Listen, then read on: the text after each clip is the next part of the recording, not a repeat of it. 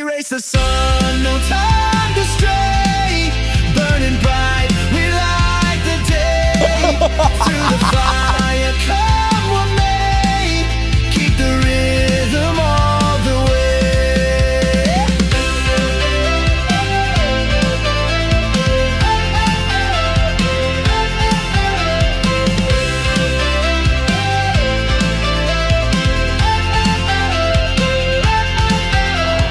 So hello guys, so I'm back again. So ngayon meron na naman tayong panibagong trip or gala. And itong trip na to is sponsored by Department of Tourism, Mimaropa, okay? Lumayo muna ako sa mga kasama ko kasi marami kong kasamang content creator. And as introvert person, medyo naiiya ako mag-vlog ng may kasama, di ba? Magsasalita tipo. Tapos okay lang naman siguro, gets naman nila na magko-content tayo kasi nga ganun din naman sila. Pero as an introvert, syempre nahihiya lang tayo. So ngayon nandito naman kayo sa SLEX. So galing kami dun sa office ng DOT. So siguro nakaka-isang oras na rin kami bumabiyahe. And hindi ko pa alam kung anong oras kami dadating sa Batangas kasi wala akong masyadong ni-research sa mga pupuntahan namin ngayon kasi gusto kong ma-surprise. So itong trip na to is punta kami sa Romblon. So it's a familiarization tour sa buong Romblon. So abutin kami ng let's say 6 days kasama yung ngayon, and yung last day namin will be the flight. Okay, so and I hope mag-enjoy tayo ngayon kung ano man mangyayari. So marami tayong kasama. It's not a solo travel. So kasama ko yung mga taga DOT and some of the content creators. So ngayon kakain muna kami kasi it's lunchtime. So siguro mga alas 3 dapat nandun na kami sa Batangas Port para bumiyahe. And sabi dyan, 9 hours daw yung biyahe namin papunta sa Romblon. So madaling araw na kami dadating doon.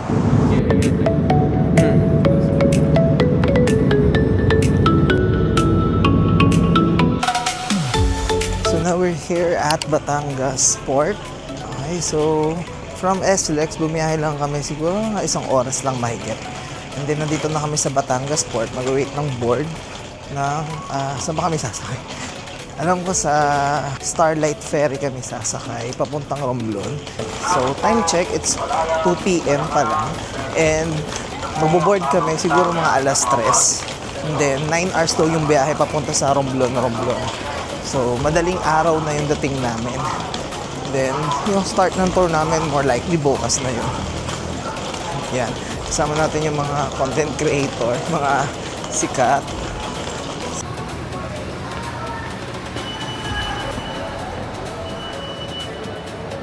So, maganda rin pala dito sa Batangas Port. May lang ako nakapasok. So, malinis pala siya.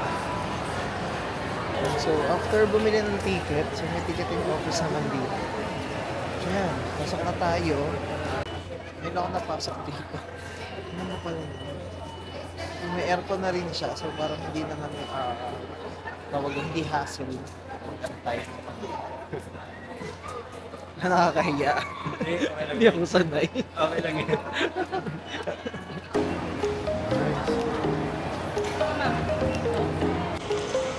Ang lawak ng waiting area, oh. Tapos malamig pa, kaya okay lang mag-antay dito. Nakakaya mag-vlog. Ano yung nagpa-vlog dito? Wala akong confidence. Lumalayo ako sa kanila kapag magpa-vlog tayo. Nakakaya. So ayan, dito na yata kami sasakay if I'm not mistaken. Ayan. Sana naka-aircon kami. Hindi ko alam yung ticket namin kung ano. Wala yata itong aircon pero okay lang. 9 hours lang naman. Ay, hindi pala dito. Akala ko ito na. Roro pala to. Na kaya kami? Actually, hindi ko talaga alam na kami pupunta. Sumusunod lang sa mga kasama ko. Iniwan ko na yung mga group ko eh. At nagbablog sila. Bahala sila doon. Ako hindi ko makapag-vlog pag kasama ko sila. Nakakahiya. Siyempre, mga ano yun eh. Mga sikat na sila. So parang ako as a small creator lang, diba? Hindi masyado. So parang medyo na-shy ako dun sa mga paano akong gumawa ng contents compare sa kanila. Mga professional na yun, kaya ano tayo, bubukod muna. Okay, so guys, dito pala, ito yung sasakyan namin.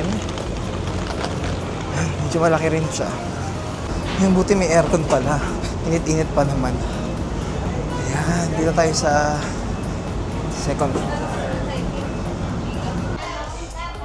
Okay, so guys, ang ganda ng cabin, kaya medyo maliit. Pero at least andito tayo.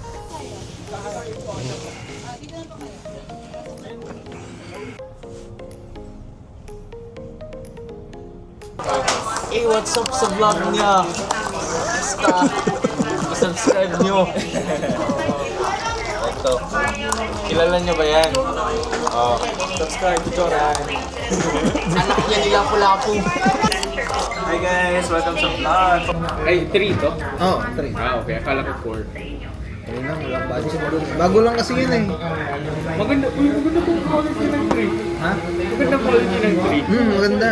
Malinaw. Oo. Tapos nakakakinis talaga eh. Hey, what's up? No need skincare. Just eat or smoke coffee. Yun yung sikat na vlogger. So, pag nag-shoot ka, yung costume. Hi! Para makita na kayo. Okay, so ngayon na lang ulit tayo nakasakay after a year. So 9 hours kami babiyahe. So 5 o'clock naman na. So mamaya tulog na siguro ako. Kasi alauna daw ang dating namin sa Romblon. Siguro ikutin natin kung ano meron dito.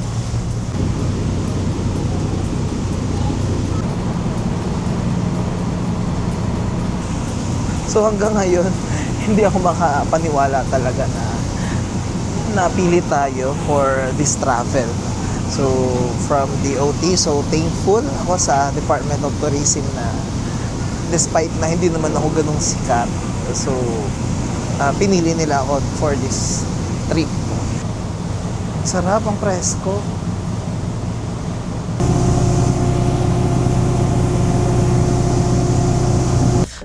Nakakabin tayo, wala tayo sa economy, no?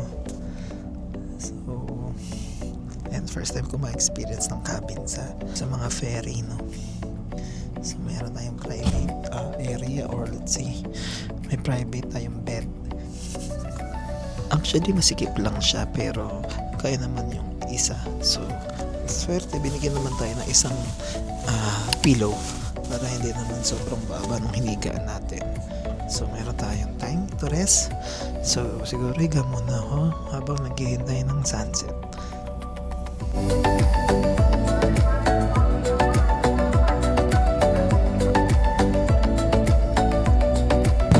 So, nag-try ako matulog kanina. Kaya lang, hindi talaga ako makatulog. So, medyo nahihilo ko kasi medyo maalon today.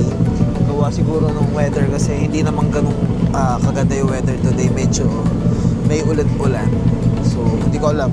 Pero medyo mauga kasi sa bed ko. Kaya medyo nahihilo ko. So, bumangon na lang ako para mag-roam around. Hindi ko alam kung tama yung decision ko sa buhay. Sadly, parang wala yatang sunset kasi sobrang gloomy ng weather.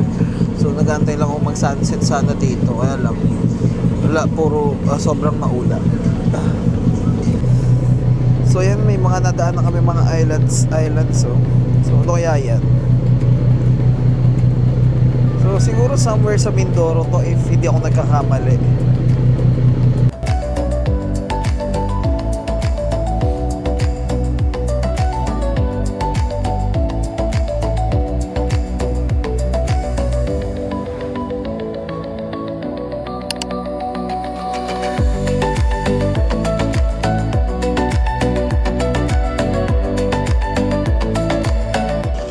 So time check, it's already 2:30 a.m.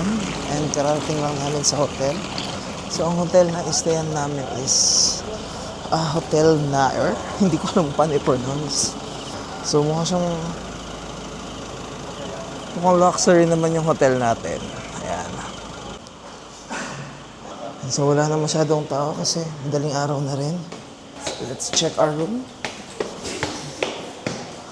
Second floor lang ata kami. Hello po. Hi.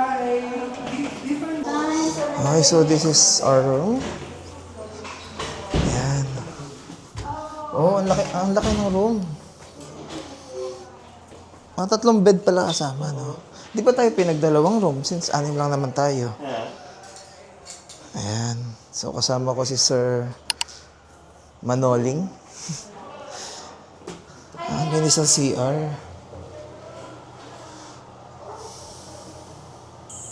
So okay, so good morning guys. So, time check, it's 6:40 a.m. So, kababahon ko lang. So, mga almost 4 hours lang ako natulog pagdating namin. Kasi natulog naman ako kanina or kagabi dun sa barko. Lumabas muna kasi natutulog pa yung kasama ko. So, nakakaya naman mag-vlog ng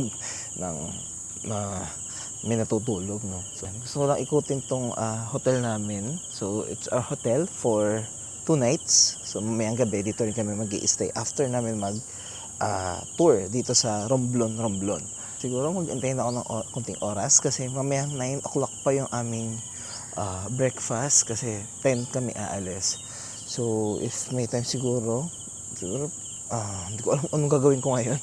Okay, so upon checking our itinerary, so Heritage Town Tour pala kami today and Marble Heritage Tour. So, fun fact lang, sa mga hindi nakakaalam, ito palang Romblon is marble capital of the Philippines. So, yun pala yung kakaiba dito sa Romblon.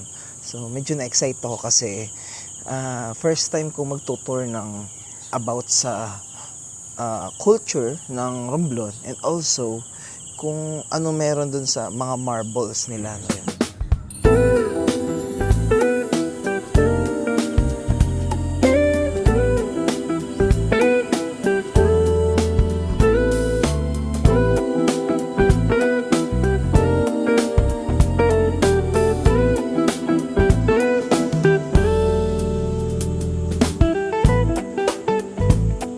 Okay, so ngayon, we are going to a heritage tour. Then later, mamaya, meron kaming marble tour and last namin will be the Bonbon Beach. So ngayon, nagpe-prepare na kami. Hey, what's up? Di ka kumain kanina? Baka dito mga 8. Nauna ka na kumain. So and after Bonbon Beach, ayan, doon kami magsa-sunset. And then, yun, 3 yung aming pupuntahan. Kasi maganda din dito sir paggabi.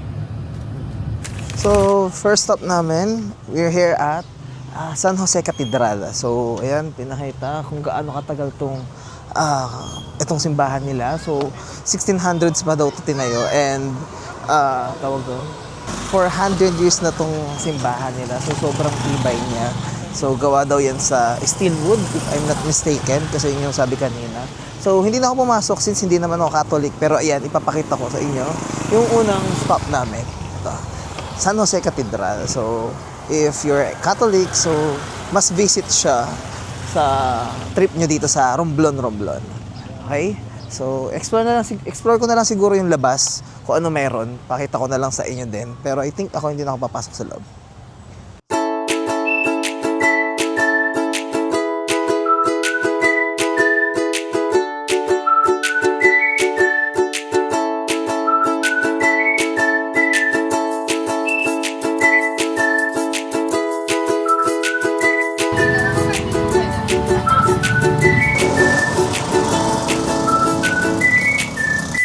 So ito, medyo malaki din yung kanyang simbahan and dito yung entrance.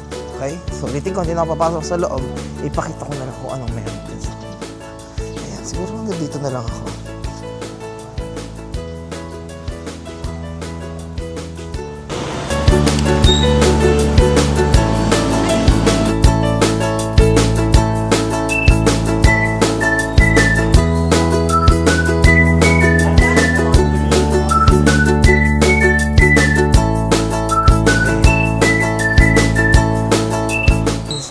Dito tayo ngayon sa Museo de Romblon.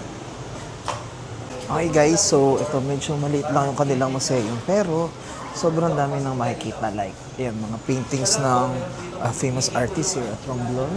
Ayan, may mga sculpture from marbles. Okay, so hindi ko na ipapakita lahat ng pwedeng makita dito, no? Para naman may reason naman kayo para puntahan nyo to. So, I think worth it naman siyang puntahan, especially kung gusto niyo ng mga knowledgeable na tours. Maganda siya kasi marami kayong matututunan about Romblon, no? So, I think na-enjoy ko din tong museum tour kasi marami kong nakita, marami kong nalaman kung ano meron dito sa Romblon. Okay, so ang lunch natin for today is spaghetti and I'm not sure if ano to. Is it chicken or fish or pork? So, may fries din kami kasama and pizza.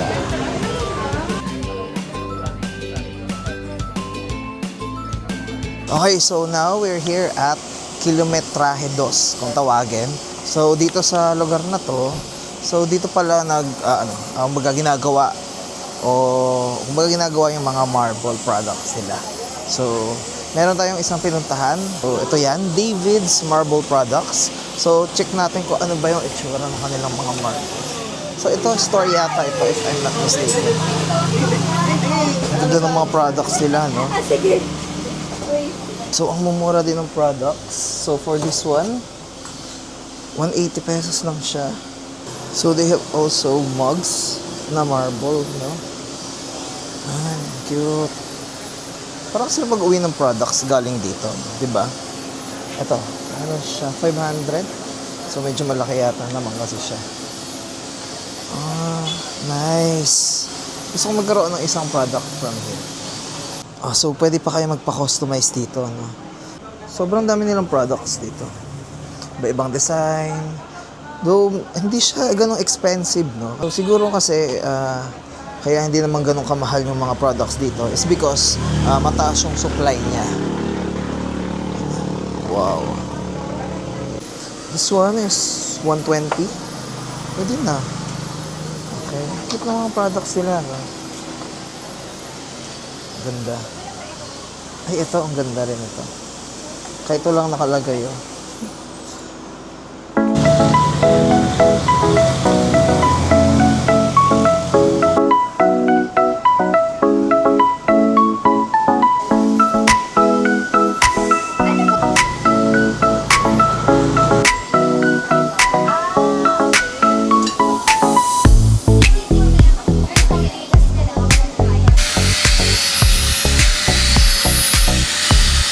Okay, so aside from that, meron pa silang mga malalaking products dito. So parang yan, mermaid na naka-sculptures.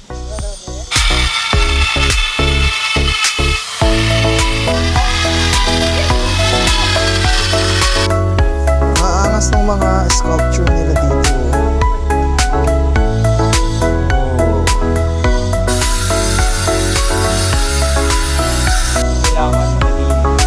Ito nagiging green to. So parang glow in the dark basically. Okay. Ano mo, sir? Pag ihalo mo yung lagyan mo ng... Pag premium. So mayroon palang, iba-iba pala yung mga marbles, no? Iba yung sa price. For sure, premium yung pinakamahal. Yes. Kahit pangalan pa lang, no? So for example, ito, meron bang binebenta ba ito, kuya? Mga how much pag ganito? 1,500. Medyo mahal din pala siya. Okay, so ito for this one, ang ganda ng finishing niya. Ang linis, ang kintab. Sabi dyan, 7,000 lang daw to. Okay, so for sure, 5 digits na yun sa Manila. So yung ganun po dun sa, yung bata kanina. Yung tawag doon? Opo, yung nagliliha. Matututo ka munang pakilis ng marble bago ka maging artist. Okay, so yan. So may panibago tayong discoveries dito sa Romblon. So, yan. So nakakatuwa na dami tayong nalalaman. Pag tumatanda talaga, mahilig na tayo sa mga, ayan, ganyang bagay. So, dati hindi ko to na-appreciate, pero ngayon, parang na-amaze ako kung ano yung nakikita ko ngayon sa Romblon. Ano yung kakaiba sa kanila. Okay, so if planning kayo gumawa ng, or magpagawa ng bahay, so, and mahilig kayo sa mga marbles, or gusto nyo maraming marbles dun sa bahay nyo, I think dito kayo maganda bumili ng marbles sa Romblon. Kasi nga, quality na sila, and then also, mura pa compare sa Manila or let's say sa ibang probinsya, no? Kasi nga, hindi na nila ina-export yung mga products, sila na mismo gumagawa. So, mas makakatipid kayo ha, para sa akin. So hindi to joke, hindi to biro, so totoo ito. So ayan, nakita nyo naman no, ang mumura ng mga products nila. Okay, so next, andito na kami sa next destination. So about sa marbles pa rin. So pinapakita kung paano dito ginagawa yung mga malalaking marbles na. So hindi na siya more on sculpture type, no? Okay? So pakita ko lang sa inyo kung paano siya ginagawa.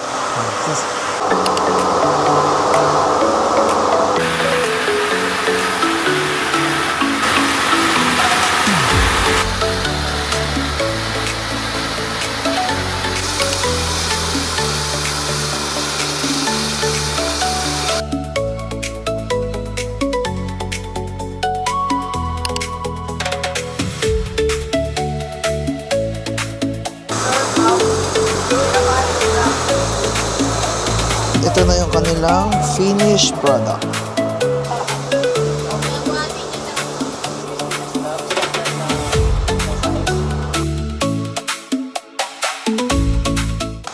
Okay, so ito pala yung pinakakabuhayan talaga ng mga nakatira sa Romblon. Ito ang marble. So, nakakatawa lang na at least nakita natin kung paano yung buhay ng mga taga Romblon. Hindi lang yung about sa tourist spots or destinations. Kumbaga, pati yung kung ano yung kabuhayan nila, nakita natin kung paano sila nabubuhay, di ba? So, ang saya lang sa pakiramdam. So, nakaka-fulfill na.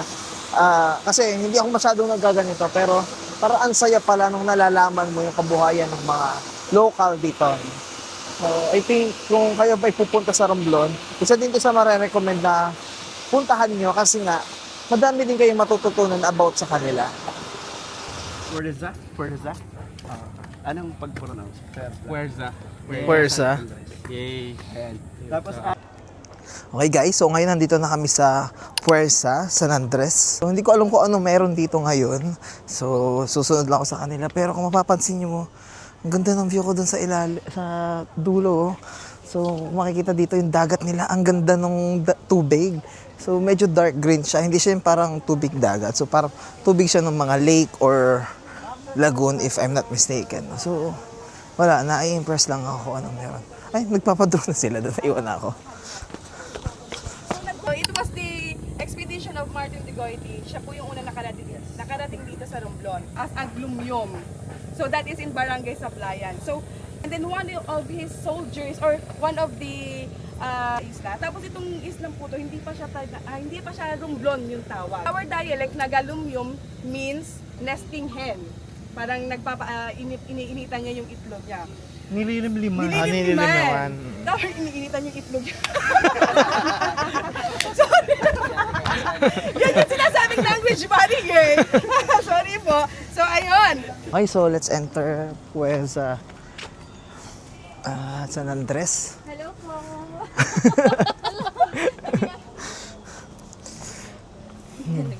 Sige po. Ay, sorry. Okay lang po. Okay, so let's enter Puwersa San Andres.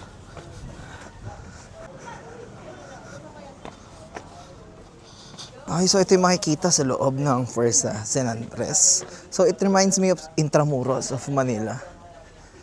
Oh, ang ganda rin. So look at the view. Ito yung loob mismo ng Puwersa San Andres. Oh, ang ganda dito sa taas. Ang ganda ng view, no? Medyo mainit lang talaga siya, pero I think worth it naman siyang puntahan. Para siyang Intramuros ng Manila, pero Bayview. So, siguro okay na ako sa ganong visit. So, kasi medyo mainit. So, makababa na muna. And panoorin na lang natin sa drone para nakalilim tayo. Para makita ko din yung pinakabuong venue. Ay, so pa yung pamerienda pa sila. Hindi ko alam kung ano to. Feeling ko pansit. Hindi ko alam. Feeling ko lang. Ang init. No, hindi man magre-reklamo. Ito yung pinili ko. Ito yung gusto kong mangyari. So, tiis-tiis talaga.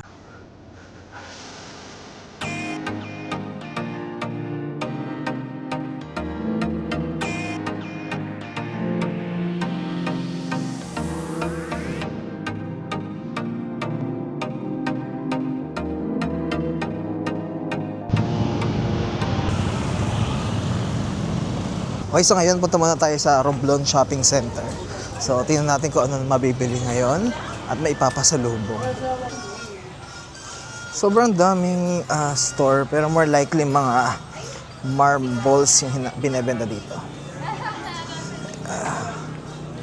Pero ang gaganda ng products So, ang daming mabibili dito.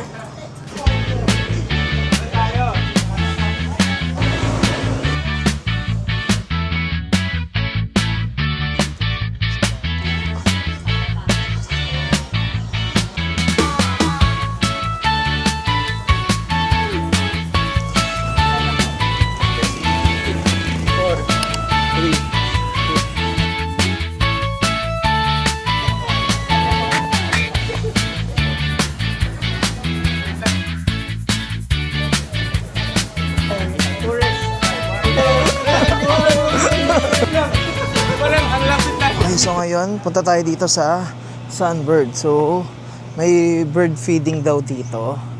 So, tingnan natin kung ano mangyayari. So, dumaan lang kami dito saglit bago kami pumunta sa Bonbon Beach. Ayan, so mukhang maganda naman siya. So, malapit lang kasi ito sa Bonbon Beach. That's why nag-stop na rin kami. Pero ako pagod na pagod na. So, isa pa kami pupuntahan. And gusto ko na sa Bonbon Beach at init na ako. Ang ganda rin dito, oh. Ang taas niya, ha. Ang ganda. Saan yung bird feeding? Yung sa baba. Ah, sa baba. Hindi pala dito yung bird feeding. So, yun. Yun na pala ang Bonbon Beach. Tatawid tayo dun, sir. So, dito. Ah, lalakarin yun. Punta tayo dun. Makakalakad. Ah, sa bagay, mababa na, no? Low tide kasi. Yun yung Bonbon Beach. Ang ganda dyan. So, tatawirin daw namin. So, may sandbar naman dyan. Kung makikita nyo. Yan, dyan kami lalakad later. Yun, ayun. So, para lang siyang, kasi laki lang siya ng Maya, no? Ay, mailap din siya sa tao. Ay, so, baba muna tayo. Check natin kung ano itsura ng sunbird ng malapitan. Makit ka din pala. Sipag. Ah, mas masipag yung isa doon. Oh, maganda. Kita na yung ano, yung beach. Ayun yung mga sunbird, maliliit lang siya. Tapos brown sugar and water, minimix. So, yun yung pinapakain. Okay guys, so we're now going to Bonbon Beach. So, ito na yung highlight ng aming tour. So, medyo malayo lang daw yung lalakarin. Approximately 800 meters daw. So, sabi nila yon. Ayan. So, dyan tao pupunta. Ayan yung Bonbon Beach. Ito. Ay, hindi pa pala to, no? Doon pa, hindi pa yata nakikita. Doon sa kabilang dulo. Layo nga. Okay, fun fact lang na top 38 best beach daw ito. Itong Bonbon Beach. So, kasama siya sa top 38 beach or best beach in the world. So, ibig sabihin, isa to sa sobrang gandang beach na pupuntahan natin. So, parang despite na yung Cresta de Gallo, yung pinakasikat sa Romblon, ito yung nagkaroon ng award na top 38 best beach, no? So, kumbaga, in short, in terms of Philippines, top 2 siya. Tama ba? Oo, Kasi- yung number 1 sa Palawan, di ba? Which is number, pang ilan yun sa all over the world? 2 ba? Oo. Oh, so after nun, eto na isusunod. Oo. So, kumbaga, kung sa Pilipinas, top 2 best beach na siya. Di ba? So, di ko alam, sobrang underrated pala ng beach na to. We will see. Sige, makikita natin.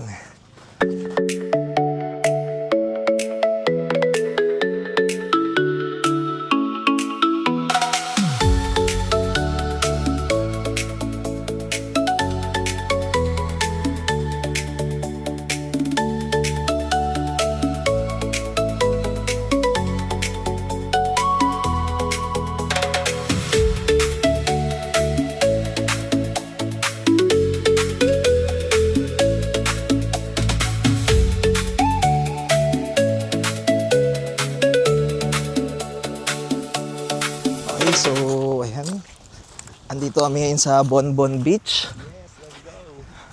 Let's go sa Bonbon Beach, guys. It's sa Romblon, no? Ang ganda, no? Sobra. Oo, no? Kasi may tatawarin pa isang island. So, ayan, pakita ko na lang. Ang ganda dito.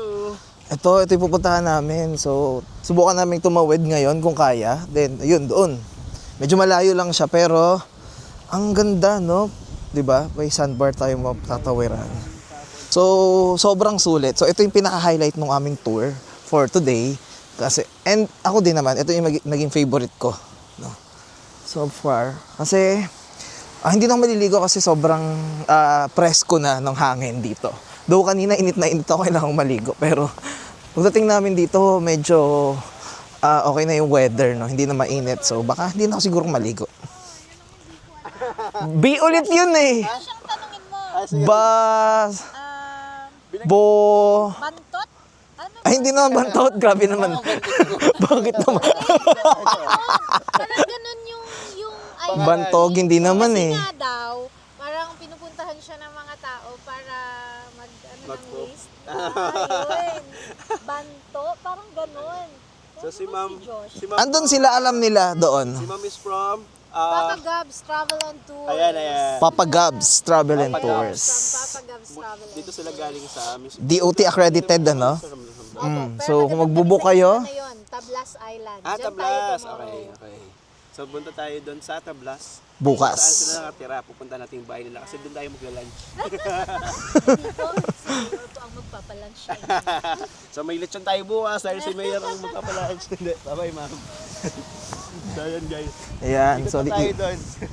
ayan, kasama ko yung isa sa pinaka-famous na kasama ko ngayon na So, travel. guys, follow nyo to ha. Huwag nyo kakalimutan. Subscribe kayo sa YouTube channel niya. Ayan, so... Oh, subscribe na din kayo sa kanya. Ako pa yung nag-promote, ano? Ang kapal ng mukha. Uy, hindi kasi syempre may audience ka, may audience nila. So yun guys, kasama natin si si Biyahe ni Drew. Biyahe ni Drew. Biyaherong inhinyero. Ayan, biyaherong inhinyero. Let's go guys. Ang haba na, nakapagod ko. Pagka guys, Pag mainit. pag mainit. Sobrang open kasi ito ang area. Oo. So pag tanghali, So, ang ganda nga ng tubig, no? Sobrang clear niya, oh. Kita ko yung mga nasa ilalim. oo. Guys, ayun, ang linaw ng tubig. Ayun, ano? Wow. Best time na pumunta dito siguro alas 4, no? Para may init pa. Oo. Kasi ngayon, alas 5 na kami. So, malamig na, hindi na kami makaligo. Yung kaibigan namin, sobrang sipag mo. Oo. Follow nyo si Mr. Pure Energy. Mr. Pure Energy JV Wonders. Punta kayo doon? Oh, tara. Tara sa'yo tayo, ganyan, TikTok tayo. Palubat na ako eh. Punta kayo. Si ano, so... Pero ako din nauubos ng energy ko minsan. Oh, pero kasi niisip ko na lang din na parang kunyari hindi ko ito pupuntahan ngayon ha. Oo. Eh baka hindi ko na siya mapuntahan. Mabalikan. Oh, hindi ko na mabalikan. Hindi ko alam, Si syempre. Manoli nga sa dulo. Ang linaw ng Osmo mo, ba't ganun? Malinaw Baka din hindi pala. mo lang inaano. Malinaw din pala. Nasira yung ganyan. Gaano katagal sa'yo nasira yung Osmo mo? Hindi, bigyan nga lang sa akin. Ay, oo nga. Sira na yan nung binigay sa'yo. Oo. Kaya binigay. Pero pwede mo siya ipapalit kasi sa DJI mismo. Baka wala ng ano. Walang bayad. Hindi, wala, tapos na yung warranty. Hindi, kahit walang warranty. Basta makikita yung ganito. Kasi, though makikita siya pag nag-drone kayo, pag high tide, makikita siya na merong ganito. Ikaw na lang anin ko ha. Ikaw na lang ipabalag ko muna dito. Hindi nyo madadaanan, guys. So, ayan, Oh, ito. nandun kami. So, yan, dahil pag high tide, ayan, hindi siya madadaanan. Pero so far, nadadaanan naman ngayon since mababaw lang siya. Ayan, gapaa lang naman. So, from here, ito na yung Bonbon Beach. Tapos, isang island. So, misinformation pala kanina. Hindi pala ito yung Bonbon Beach. Yung Bonbon Beach pala is itong part mismo ng island. And fun fact lang, so, nababawasan daw yung island kapag low tide. Kasi nga, itong sandbar, let's say yan, connected na siya. Kumbaga, itong island na to, nakakount na siya sa, kumbaga, sumasama siya sa isang island. Pero kapag may, let's say, itong part na to, tubig siya, di ba? So, nahihiwalay siya. So, yun yung fun fact lang about this island. Oh, sobrang ganda. Di ba? Di ba kayo nagagandaan? Presko dito, oh. Ewan ko bakit hindi siya napupuntahan. So, isa sa mga underrated beach na nakita ko. Diba? Hindi siya magta-top 38 sa buong mundo. kung hindi maganda. Sir, anong island nga ulit to? Ano po yan, sir? Bale, Bangog Islet. Bangog. Yes. Lagi ko siya nakakalimutan. Islet. Islet. Bagay maliit lang siya, no? Yes po. Ano ulit? Bangog. Bangog. Islet. So parang bang tapos dash og. Og, yes. Okay, gets. Thank you. Ganda. So, ayun pala, Bangog Islet pala ang tawag doon. Pero at least malapit naman sa Bantot. Bangog. Pero baka meaning nun doon. Hindi naman siguro, papangalanan ba ng Bantot yung isang island? Ah, So guys, yung eto guys is, totoo kaya yun? ano ba ulit pangalan? Nakalimutan. Di ba? Bangog. Bang-og. So, ngayon, time check, it's 6:30 p.m. So, we're here at Orange. So, dito kami magdi-dinner. So, sabi nila, meron daw parang magta-try kami mag-cook dito. So, hindi ko alam kung ano yun. So ang ganda din ng view dito. Oh, guys, tingnan nyo. So, pag dito kayo kakain, oh, di ba? So, di ba? Tingnan nyo. Bay view din siya. Ang ganda.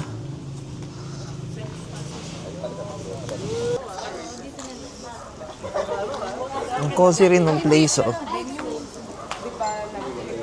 Saan ba tayo? Here?